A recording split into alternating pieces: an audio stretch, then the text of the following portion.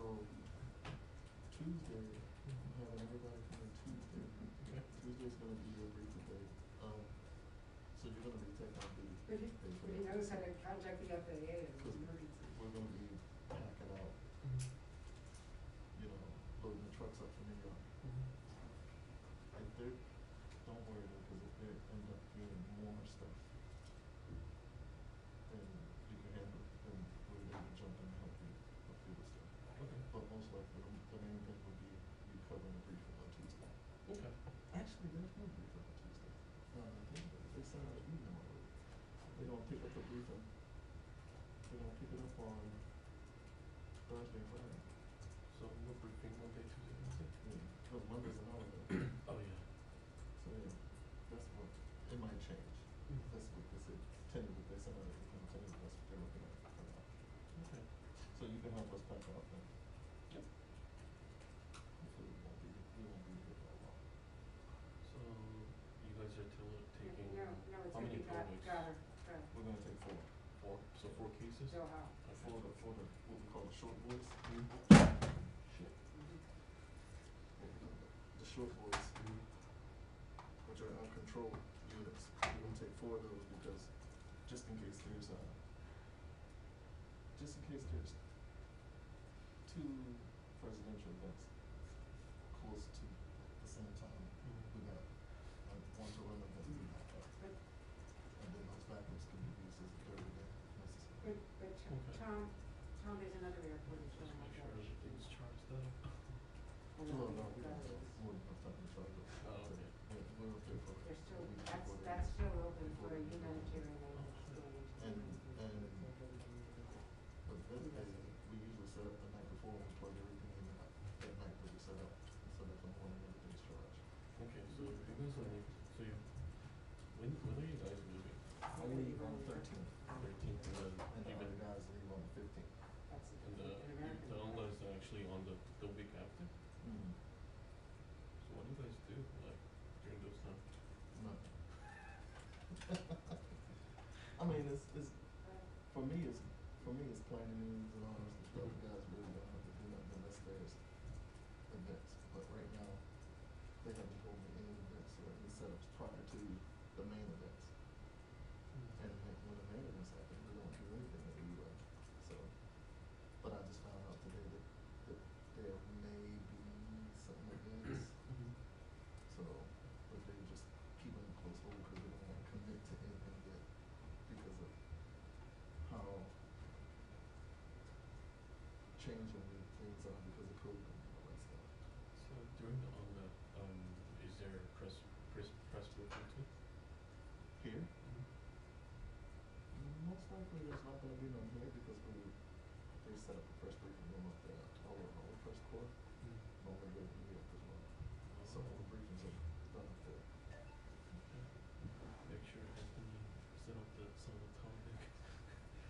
I don't want him to forget because I was telling him like how to do it too. He's like, Hi everyone. Hey. Secretary's running a few minutes later than What is it for you, sir? you don't have to call me sir, I'm just Aaron, probably about 20 minutes. But I've been said to let you know not to go far, and I'm also gonna give a warning in the bullpen before he comes down. So. Thank you. My apologies. Hi, how are you? How is your baby? He's great. yeah, because this morning Oh my Is- gosh. Sean updated everything Oh yes, before he so left yesterday, so everything was up to date. And then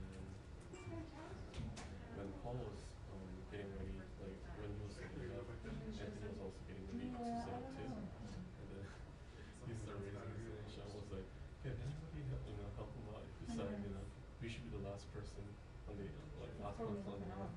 Should be like, cause it was me. It was just me. Like pretty much, I can help him out." Yeah, he wants you guys to explain it Mhm. to each other. Yeah. So I was still explaining everything from the start, beginning. He's like, "Man, you forgot everything."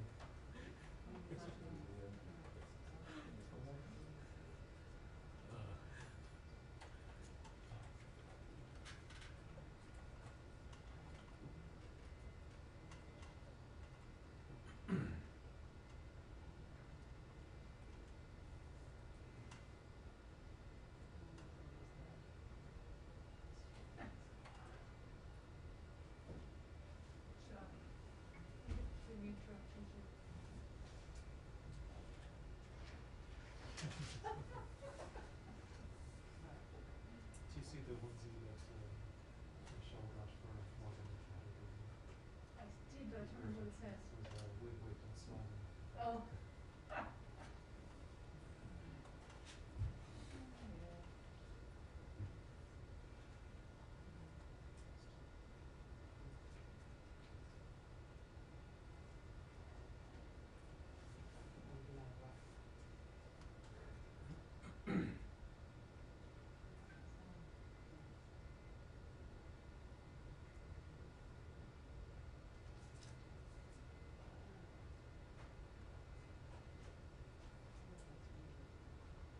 Barbara, thanks for going there and doing that Yeah. full report yesterday.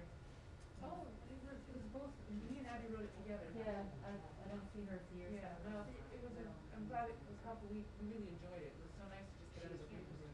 Yeah. No, real We report. were like, we're excited, we're actually recording. Yeah, if only Dulles wasn't like, it's a bit of a pain to get there, but. Yeah. No, it was interesting. What a factory there, I mean, everybody, they didn't keep them there for 24 hours, they were like, of course you're doing it. Mm. Little kids were so cute. Yeah. They didn't seem traumatized, they were running around, looking at us, and checking stuff out, Oh, okay. which was good. Yeah. I mean, I don't know very much about how traumatized these people, they seem very active. Yeah. Save the Children has this, I think I put it in the notes, has this, space pavilion. Before we went in, we weren't allowed into the hangar until evening. We were just sitting outside and we were having to sit right outside this space. And we just hear these kids cheering, shouting, and I think they're doing good work there. Yeah, it's good. It's good. Yeah. Then I always respect doctors at orders as well. Yeah, I give them money too. Yeah, that's not good. Donate to. Yeah. The other thing I quite like about judges with orders is that the executive doesn't say things. It's actually just not modest. I know you're always wondering when you give to these charities how much you're funding, like the CEO's salary. So I always look at that because there's sometimes like the Humane Society that might support nothing too, but then the NPC is raising a million bucks. It's fine. If they think he's making it, that's great. Why would you? Exactly. Few people are affected. Except Donald Trump. Except what, Donald Trump, yeah.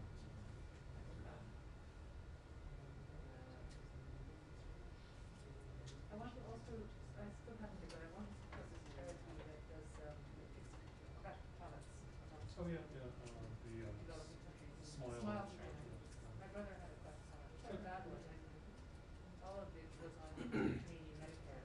All of his surgery, everything was taken care of, and it was, That's great. it was a really good job. You can see how awful it was done to the woman. Sure. Yeah, I have a friend, his son, he's headhunters. I mean, it's fine. Yeah, there's some of them are worse, but sometimes they, the whole upper, what do you call it? The knee, sometimes it's just a little, just dreadful. How bad it is.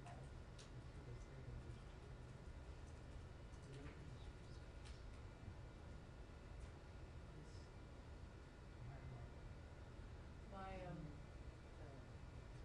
daughter, the daughter of the senior State Department official who spoke to us this week, transferred to his suntan. Nice.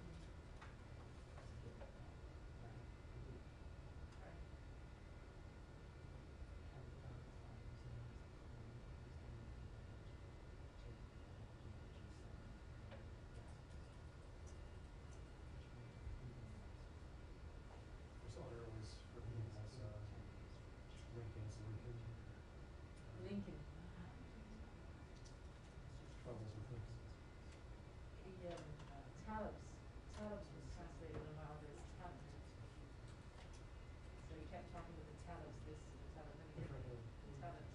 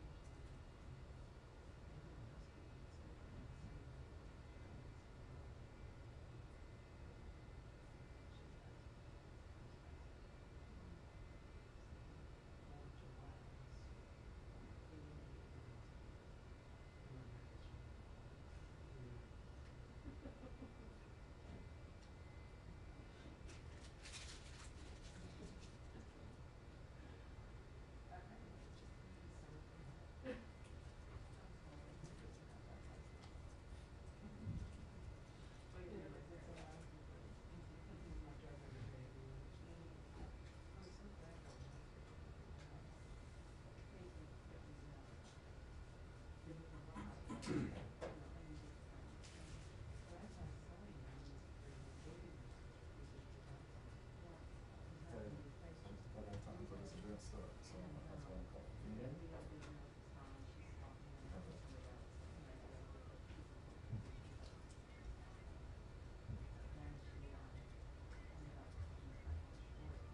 Yeah, I don't have cash app. I got you. I got Zelle, I can send it to your bank. I got Zelle, I can send it to your bank. If you got Zelle at your bank.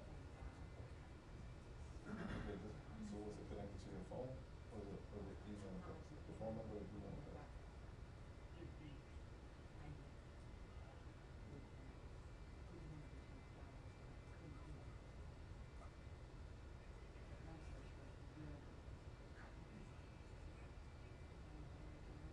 Hmm.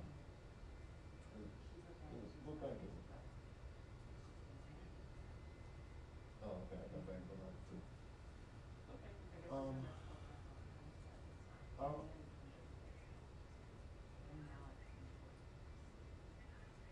mm-hmm.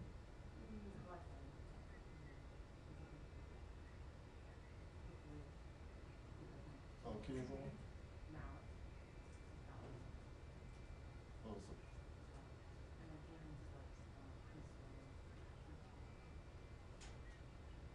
so it's supposed to be 3,000 anyway. It's supposed to be half. It's supposed to be half. Mm-hmm.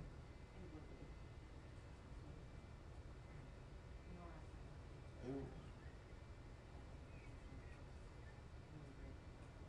oh, yeah, yeah, yeah.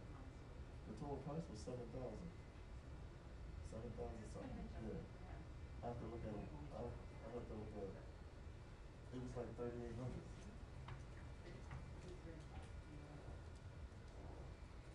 That's what I'm saying. So it's probably better, I mean, have everybody send me the stuff. It's probably better to do it when I get home than that way I can come over with the computer and then we could iron out everything. But, cause we still, cause I don't, yeah, cause I don't think it's gonna go, if it's still there, I don't think it's gonna go between now and then. Like, it's possible. But what about TT and Kobe and Carl?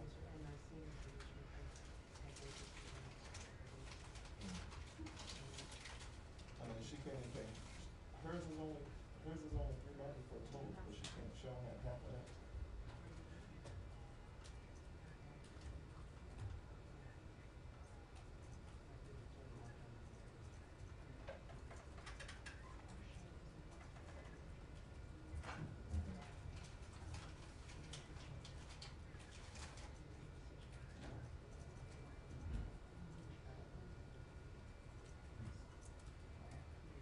Mm-hmm. Okay. Oh.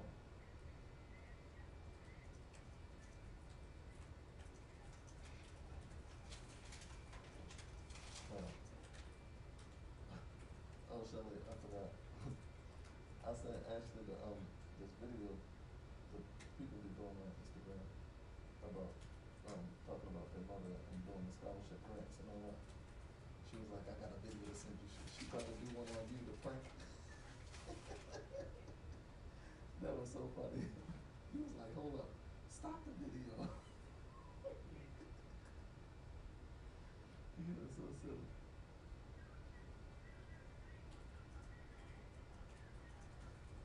I was laughing. I was like, oh my goodness. Tara, she was so shocked by what you were saying. She said she want to do one for Mama and for Titi.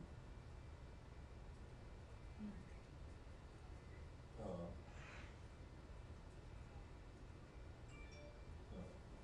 yeah, that was funny. I was laughing.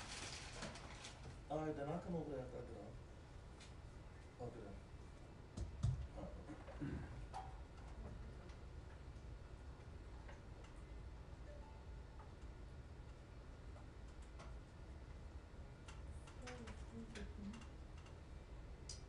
All right. He moved up to 3, but I'm sure it's a good spot.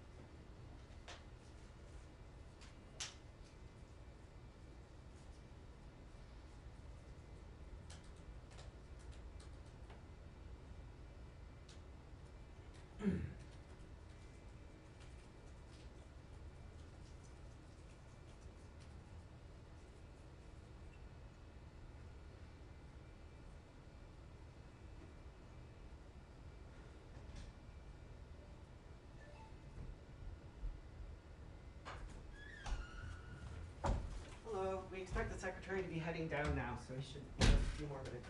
Thank you. Who else? Don't forget that we need to put a question mark. Should I do that? Huh? Should I do that? Hey, I mean, no, because they're all closed, so it's not gonna let no noise or anything through. The only one that's open is voting marks.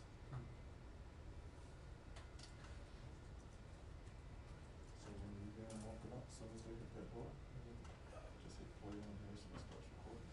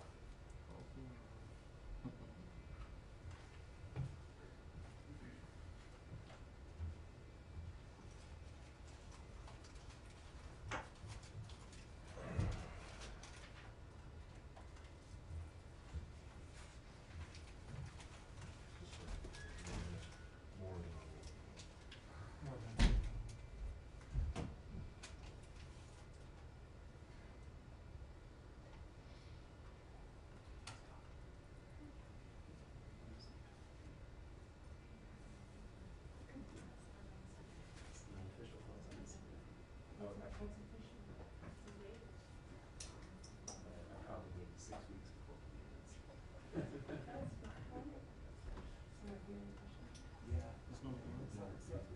Yeah?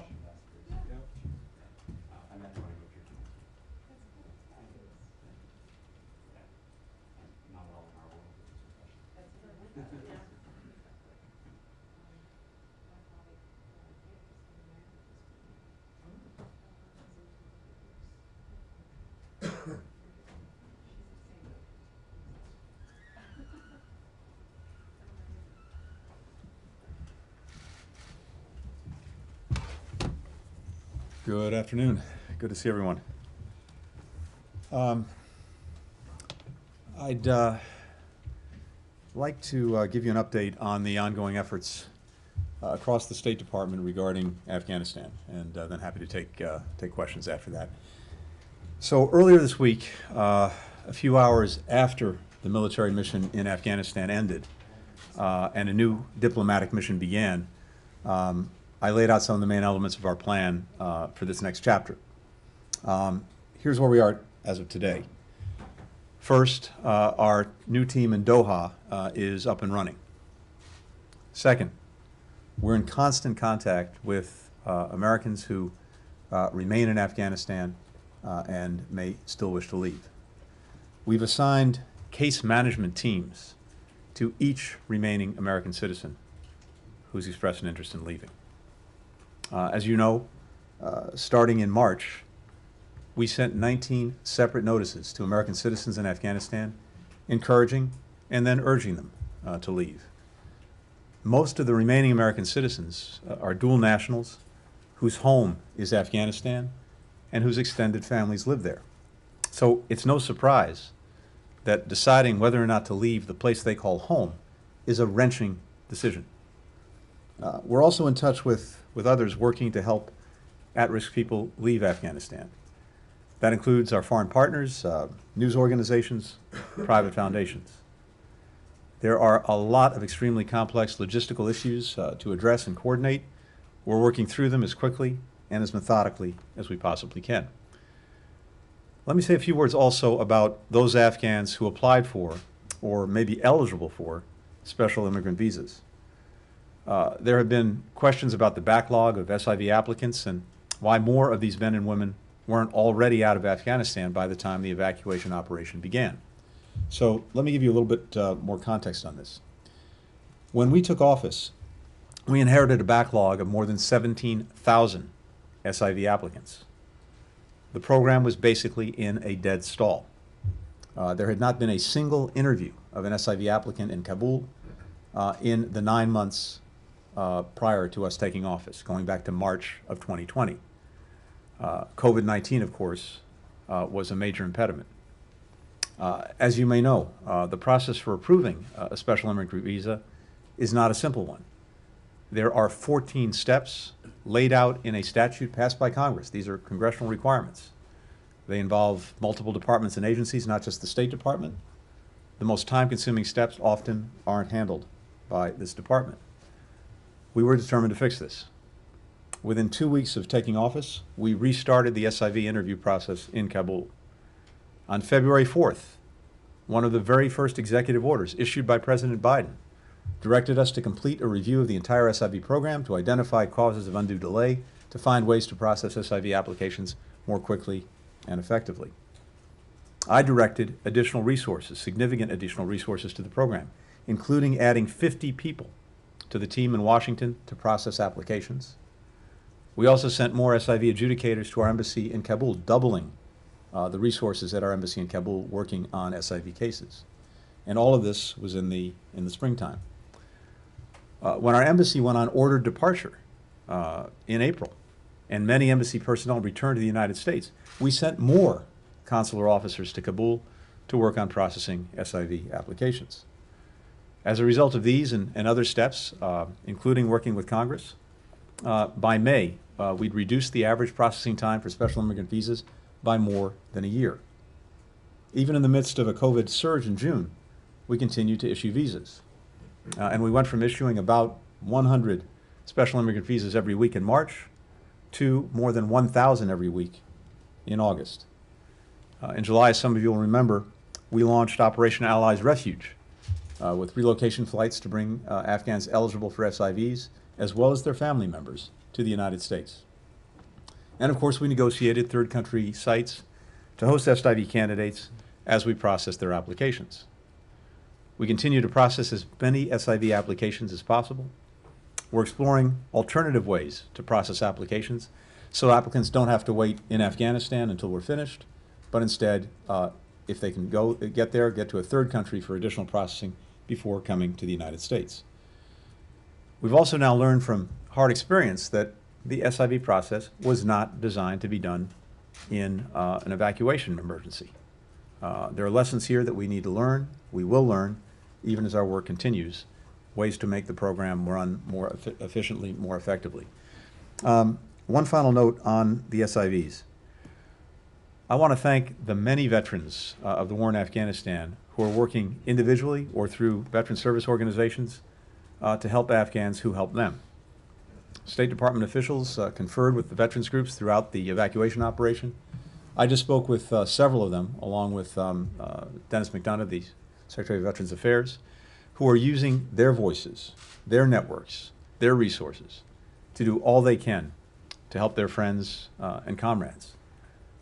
We will partner with them on how to help SIV candidates in Afghanistan. They have ideas that we'll be incorporating into the planning and work that we're doing. We have a relocation task force that is up and running right now, and the information, the ideas that we're getting from the veterans community are being put into that process. And simply put, I shared our gratitude to them for their incredibly important and passionate advocacy. Helping these Afghans is more than a priority for us. It is a deeply held commitment, and it's an ongoing one. We're going to do everything we can to keep it in the days, weeks, and months ahead. Third, our diplomacy with allies and partners continues to intensify. That diplomacy has already produced a statement signed by more than 100 countries and a UN Security Council resolution that makes clear the international community's expectations of a Taliban-led government, including freedom of travel, making good on its commitments on counterterrorism, upholding the basic rights of Afghans, including women and minorities, and forming an inclusive government and rejecting reprisals. In a couple of days on Sunday, I'll be heading to Doha, where I'll meet with Qatari leaders to express our deep gratitude for all that they're doing to support the evacuation effort. I'll also have a chance to meet with Afghans, including our locally employed staff from Embassy Kabul, who are now safely in Doha preparing for their journey to the United States. And I'll convey our pride and thanks to the diplomats, troops, and other U.S. government employees in Doha who are doing truly heroic work around the clock to keep this process moving forward as quickly and humanely as possible. From there, we're heading to Ramstein Air Base in Germany, where, again, I'll have a chance to meet with Afghans awaiting processing and the Americans who are staffing that effort. I'll also meet with Foreign Minister Maas of Germany, and we'll hold a ministerial meeting on Afghanistan with him live and then virtually with other partners. It'll include more than 20 countries that all have a stake in helping to relocate and resettle Afghans and in holding the Taliban to their commitments. Fourth, we continue to maintain channels of communication with the Taliban on issues that are important to us, starting with the commitment to let people leave Afghanistan should they choose to do so. Fifth, we're working closely with our partners Qatar and Turkey to help get the airport in Kabul up and running as quickly as possible. Sixth, on the humanitarian front, the U.S. Treasury Department has issued specific licenses to allow U.S. government agencies, contractors, and grant recipients to continue to provide critical and life-saving humanitarian aid to the people of Afghanistan, despite sanctions on the Taliban. Consistent with our sanctions, this aid will not flow through the government, but rather through independent organizations. Seventh, we've heard from many private companies, NGOs, foundations, looking to help welcome Afghans arriving in the United States. Some have already made very, very significant pledges. That's terrific. It's also not surprising. That's what we do. The United States stands apart from many for our global leadership in private philanthropy and welcoming immigrants and refugees into our communities. That's part of our DNA. We're issuing a call to action to other companies and organizations that want to help Afghans starting new lives in the United States. We will help you find a way to make an impact. Last night I had a chance to go out to the Dulles Expo Center, some of you may have visited, where I saw the incredible operation that we, together with DHS, DOD, HHS, USAID, are running to welcome new Afghan arrivals when they first touch down in the United States. Many thousands of people have fled fear and desperation and now hope for a better life and future here with us. And our people made that happen. Earlier today, I had a chance to meet with our team from Embassy Kabul back home in the United States. I spoke with employees across the department at an all-hands town hall. These past few weeks have been very intense. They've demanded a lot from a lot of people here at the department, people who rose to the challenge and continue to give their all. I talked to colleagues, consular officers who were on the line, shoulder to shoulder with the Marines, including those who lost their lives, literally pulling people into the airport and into safety and ultimately onto freedom. And again, we talk a lot about the numbers and we throw a lot of statistics around, but each one of those was a mother, a father, a son, a daughter, a parent, a grandparent, and I have remarkable pride in what our people did, what our service members did, what our other colleagues across the government did to help. And as I said the other day, particularly for those who gave their lives in this effort, some of us, maybe the most exceptional among us, are called upon to do a life's work, a life's service in a short period of time. And those 13 did a life's work of service in a very short period of time. And what I told our own colleagues here today, who were part of that effort, no matter what they do going forward, in the, I hope, many, many years that they will continue to serve. They too have already done a life's work of service in a very, very short period of time. We're not stopping our work to help Americans and at-risk Afghans in Afghanistan. We're going to do everything we can moving forward to continue this mission and also to learn from it. We owe it to ourselves, we owe it to the American people to reflect on what we did, how we did it, what worked, what didn't, what we can do better. We'll deliver on that too. And with that, I'm happy to take any questions. Thank you. Hello, Mr. Secretary. Thank you for being here today. I want to ask you two questions. One is about the headlines of the day, and the other one is a wider issue you just mentioned. Mm-hmm. The first one is we have reporting today that Taliban co-founder Mullah Abdul Ghani Baradar will lead a new Afghan government set to be announced soon. I would really like your reaction to this. What does the U.S. government think about this new specific government? And I know that you have mentioned this, certain criteria and principles, but I really would be super keen to get your take on this specific government. And the second one is, I would like to ask you about accountability. And you just said, you just talked about reflecting upon what happened, what went wrong. And this is not to in any way diminish the work of this department and anybody else, as a person. But you and others in this administration have said there will be a time and place for that kind of accountability.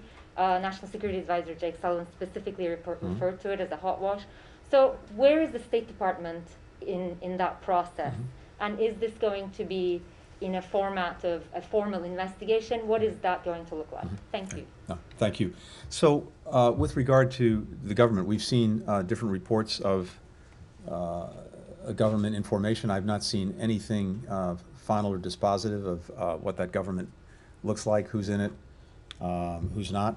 So I'm going to reserve comment and judgment until we see that. That may be coming up in the hours ahead and the days ahead, but I haven't seen anything final.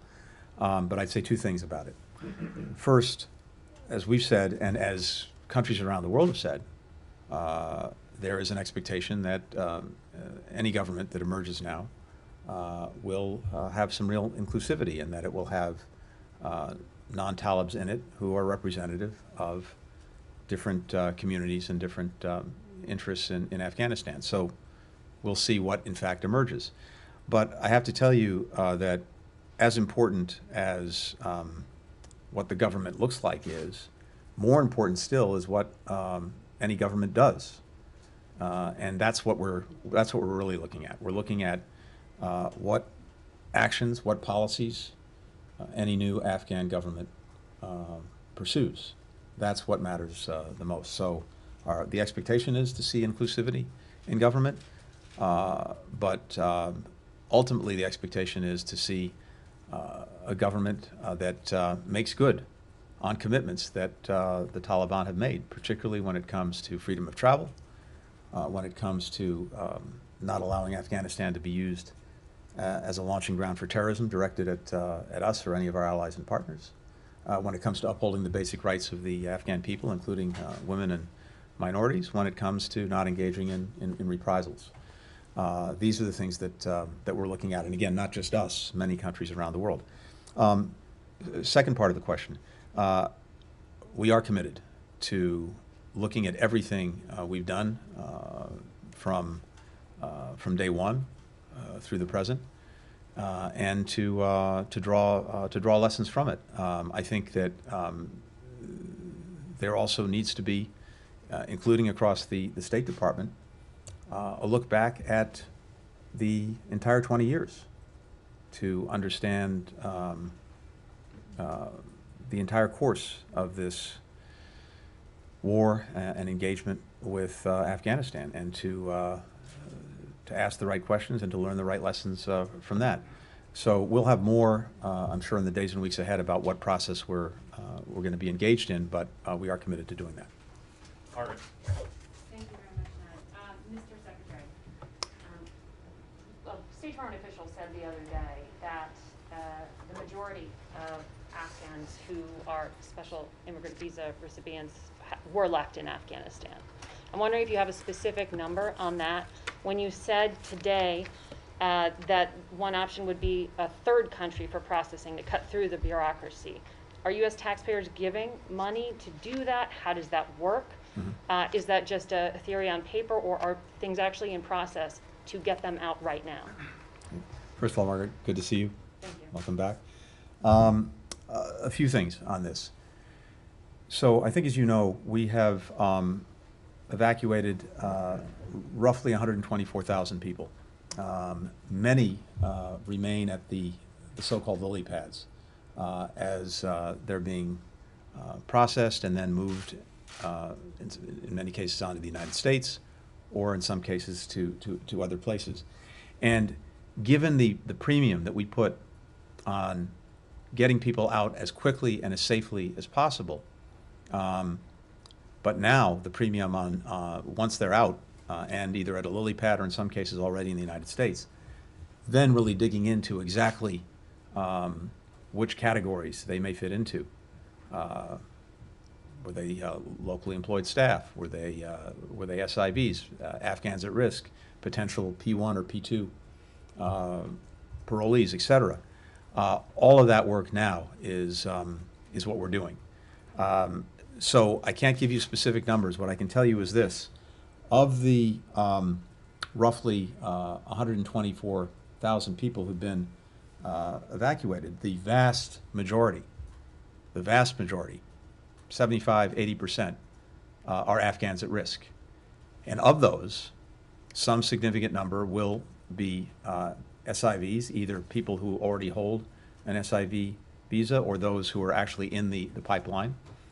Some number will be potential P1 or P2 refugees, and some other number will be Afghans at risk, prominent in one way or another, who may not fit into any of those categories.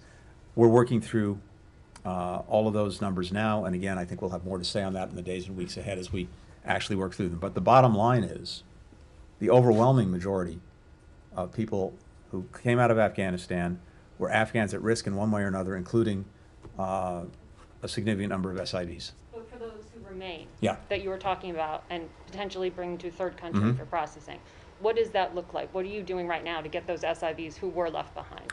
So, a few things on that. There are a lot of things happening, from the political to the practical, to enable us to continue to bring people out of Afghanistan who wish to leave, including, of course, any remaining American citizens who want to leave, including SIVs, including Afghans at risk, including also third country nationals who may be there. The political, I've already touched on, which is to say, working from the commitments that the Taliban has made. We have worked intensely across the international community to set a very clear international expectation of what the world is looking for from the Taliban when it comes to freedom of travel. Now enshrined in, among other things, a UN Security Council resolution. That, by the way, is significant in a number of ways, one of which is that, as you know, the Taliban, among other things, is seeking sanctions relief, UN sanctions. It is seeking the ability for its leaders to travel freely, which, again, under UN sanctions, they currently cannot do, absent an exemption. And if a Taliban-led government is in violation of this latest Security Council resolution on freedom of travel, it's pretty hard to see how they would get, for example, that kind of relief. That's just one example. So that's part of the political piece. And we're in very, very active coordination with like-minded countries around the world, so that we continue to work together and use the leverage and influence we have to hold the Taliban to the commitments it's made. The practical, though, is also very important. Making sure that there is the ability for people to travel as a practical matter. The airport in Kabul, where a tremendous amount of work was done in the last days of the military evacuation operation to make sure that we got and then shared with other countries the very detailed information necessary for how to get the civilian airport up and running once we left, including even bringing the American contractors back who'd been running the airport for 20 years. And we've shared a tremendous amount of very detailed information And some of our partner countries are now working to make that real. Second, looking, and I'm not going to go into detail here, but looking at different ways of being able to travel out of Afghanistan across land. And again, some of that will be self-evident, as well as making sure that we have very clear and precise plans to help people as necessary use those routes outside of Afghanistan. So all of that is being put into place as we speak. Alex. Thank you, Mr. Secretary. It's been 4 days since you stood here and talked about the 100 to 200 Americans who remain. In those 4 days, has that number changed at all? Have any more people managed to get out? And if so, how? And you talk a lot about the conversations that are being had around how to get more people out, whether it's Afghans or Americans. Has that been more solidified? And is there any sense that the Taliban may renege on their decision to allow those people out? Yeah, thanks, Alex. So a couple of things on this. As I mentioned, we are in very regular contact with a relatively small number of American citizens who remain in Afghanistan and who've indicated that they're interested in leaving. And we have dedicated teams assigned to each of these American citizens to be in constant contact with them. We're providing them with very tailored, very specific guidance. Let me just say that for their protection and also to protect the viability of our tactics, I'm not going to go into any details beyond that for now, just to say that we're in very active contact. And again, people need to understand the position so many of this relatively small group of people are in.